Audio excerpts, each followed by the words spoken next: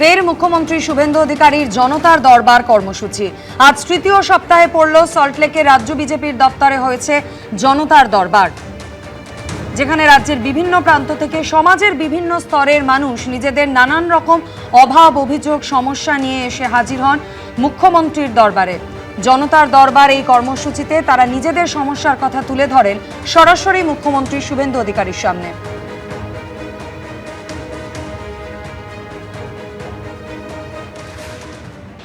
মুখ্যমন্ত্রী শুভেন্দু অধিকারীর জনতার দরবার আজকে। জনতার দরবারে রাজ্যের বিভিন্ন প্রান্ত থেকে মানুষ এসছেন তাদের অভাব, অভিযোগ, সমস্যার সমাধান চাইতে।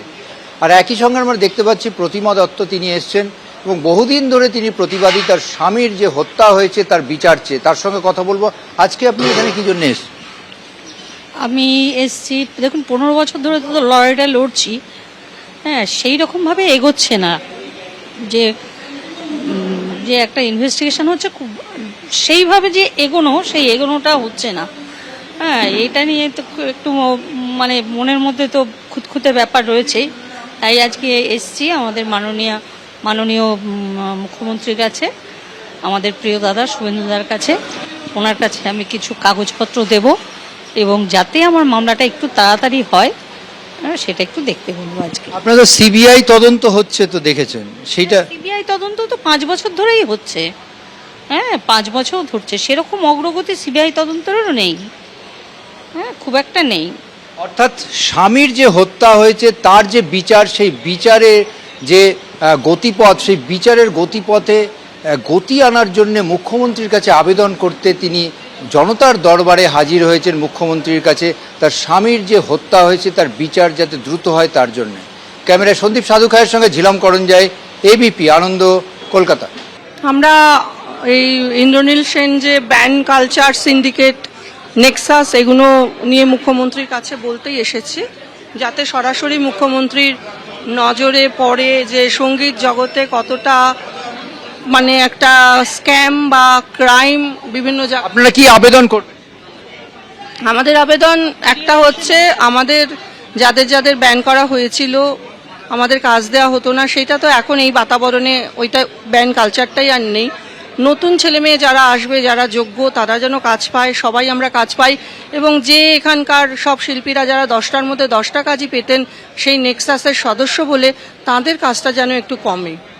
অর্থাৎ স্টুডিও পাড়ায় দাদাগিরি থেকে জমি দখল, অত্যাচার, আইনি জটিলতা, রাজ্যের বিভিন্ন প্রান্ত থেকে সমাজের নানা স্তরের মানুষ এসে জমা হয়েছেন জনতার দরবার কর্মসূচিতে। আজ সকালেই তারা মুখ্যমন্ত্রীর দ্বারস্থ হন নিজেদের সমস্যা নিয়ে।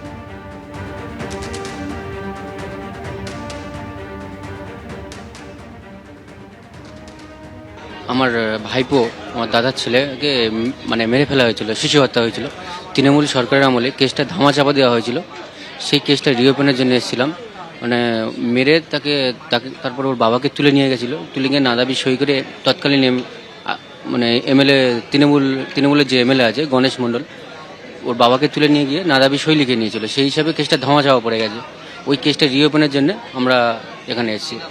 আমার বাড়ি সাতজালিয়া, সুন্দরবন, গোসোয়া থানায় 4-5 দিন ধরে হেঁটে আসছি, না খেয়ে আসছি।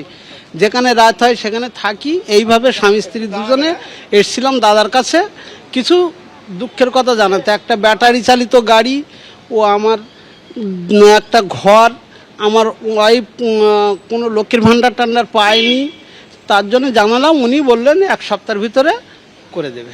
উনি খুব ভালো লোক, ভালো মনের মানুষ।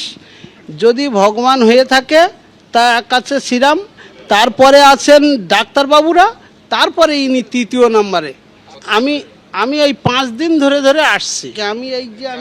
আমি এই গাড়িতে এইভাবে বসে থাকি, আমার ওয়াইফ ঠেলে নিয়ে আসে। এইবারে যেখানে রাত হয় সেখানে, এই যেমন কালকে রাত্রি এখানে ছিলাম, রাত 10:30টার দিকে এসে পৌঁছতে পেরেছি। টুকন আমার হয়নি, তবে এনাদের খুব ভালো কাজ করেছে এনারা। টুকনটা করিয়ে যেভাবে হোক আমরা ওনার সঙ্গে সাক্ষাৎ করাতে পেরেছি। আগের যে সরকার ছিল সে সরকারের কাছে আমি যতবার গেছি আমাকে ঠিকঠাক ওনার কাছে পৌঁছতে দেয়নি। এনার কাছে সরাসরি পৌঁছতে দিয়েছে, এটাই আমি বড় আশা বলে মনে করছি। মহেশতলা অঞ্চলের ময়নাগুড়ি আমাদের জমি ময়নাগো যুবক সংঘ ক্লাব বেআইনিভাবে দখল করে রেখেছে এবং সেখানে একটা খেলার মাঠ বানিয়েছে এবং 2-4টে দোকানও বসিয়ে দিয়েছে। আমরা হাইকোর্ট জজ কোর্টের সমস্ত জায়গায় করে আমাদের সমস্ত রায় আমাদের ফরেই আছে এবং থাকা সত্ত্বেও আমরা লোকাল কাউন্সিলর, থানা সব জায়গায় জানিয়েছি, কিন্তু সেখান থেকেও কোনোভাবে কোনো রকম সাহায্য আমরা পাইনি। তো তাই আজকে বাধ্য হয়ে মুখ্যমন্ত্রীর কাছে ছুটে এসেছি যে উনি যদি কোনোভাবে এই উচ্ছেদটা মুক্ত করতে আমাদের সাথে। দেখতেই পেলেন, জমি বেআইনি দখল করা থেকে আইনি জটিলতা, পারিবারিক সমস্যা, নানান সমস্যা, নানান অভাব অভিযোগ নিয়ে আজ মুখ্যমন্ত্রীর দ্বারস্থ হন এই সমস্ত মানুষ।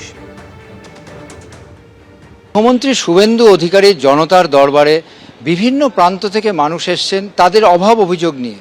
এই মুহূর্তে আমার সঙ্গে যারা রয়েছেন তারা মুখ্যমন্ত্রীর সঙ্গে ইতিমধ্যে কথা বলে নিয়েছেন। যেন সহানুভূতির সঙ্গে বিবেচনা করুন বলেছেন। আমাদের এসএসকে যে দুরবস্থা সেগুলো ওনাকে বলা হয়েছে।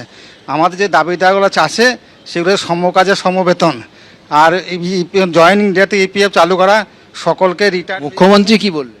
সহানুভূতির সঙ্গে বিবেচনা করেন আর কি।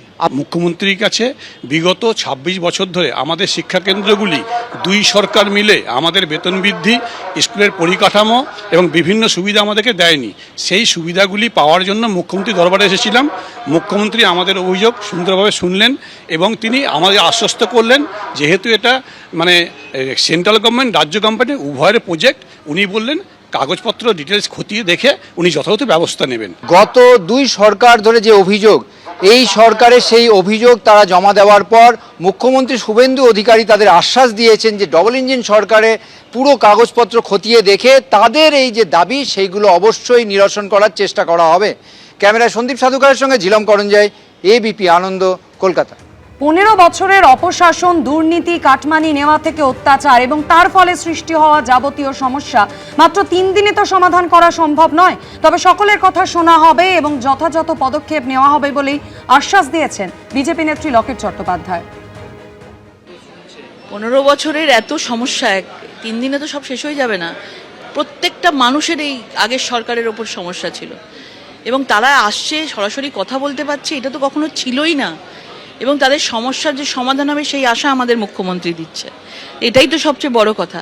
আর দেখুন, আগের তো মানুষ মানে দলের লোকেরা, দলের বিধায়করা বলছে আমরা কখনো সরাসরি কথাই বলতে পারতাম না যে আমাদের দলটার কি অবস্থা তৃণমূল কংগ্রেসে।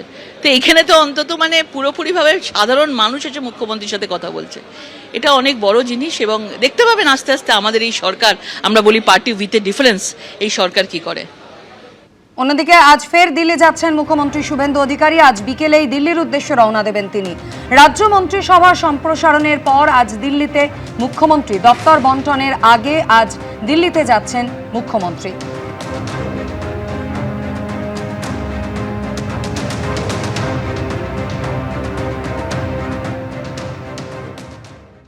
এবিপি আনন্দ, এগিয়ে থাকে, এগিয়ে রাখে।